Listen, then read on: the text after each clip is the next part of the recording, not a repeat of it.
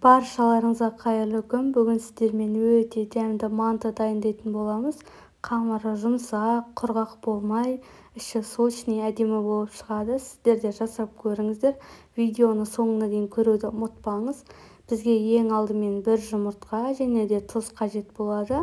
Содан соң сұйық майымызды құйып, жақсылап араластыратын боламыз. Жұмыртқамыз толық араласып, тұзымыз еруі қажет. Толық рецепті описание бөліміне қалдырып кетемін.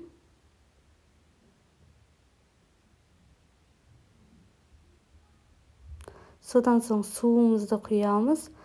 Су салқын болуы міндетті. Содан соң толықтай араластырып аламыз осылай.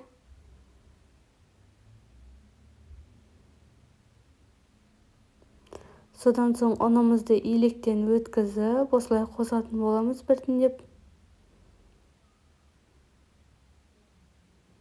Ұнды көп қоспайсыздар, өзі сонда жұмсақ, әдемі қамыр шығатын болады. Енді қамырымызды илеп, осылай қоятын боламыз. Қамырымызды осылай илеп алатын боламыз, үйін қандырамыз.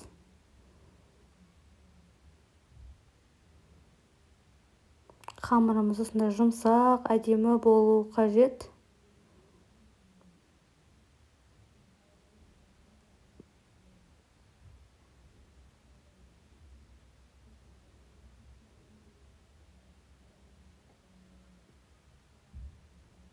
Осылай сіздерге көрсетіп жатырмын. Қамыр осындай жұмсақ болады. Енді начинкамызды дайындайтын боламыз. Мен ет және де капуста, пияз қостым. Өздеріңіздің еркілеріңізде қандай еттен, неден жасайтындарыңыз. Осылай тұзымды, мантыға арналған приправамызды қосып алдық. Сұйық май қоссаңыздар, іші әдемі болып шығады мантының. Осылай начинкамыз дайын. Енді қамырымызды жұқа етіп жайып алатын боламыз. Қалың немесе өте жұқа болмай, орташа жайып аласыздар. Содан соң мантыларымыздың ішіне осылай еттерімізді салып түйетін боламыз.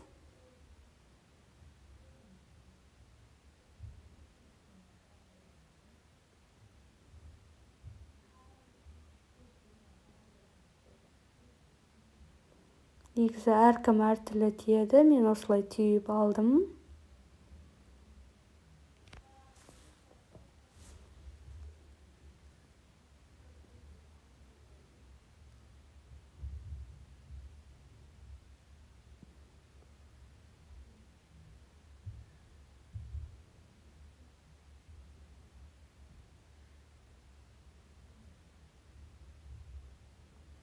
Мантыларымыз дайын. Енді мантыларкеге салып алатын боламыз.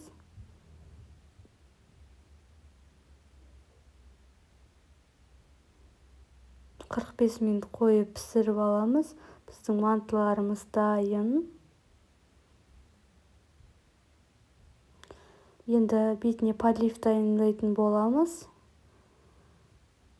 Осылай пиязымызды қуырып, содан соң сәбіз салып, тұзымызды салып, су құйып демдейтін боламыз. Біздің мантыларымыз дайын, өте дәмді шықты. Ұнаса лайк басып, комментарий қалдыруды ұмытпаңыз.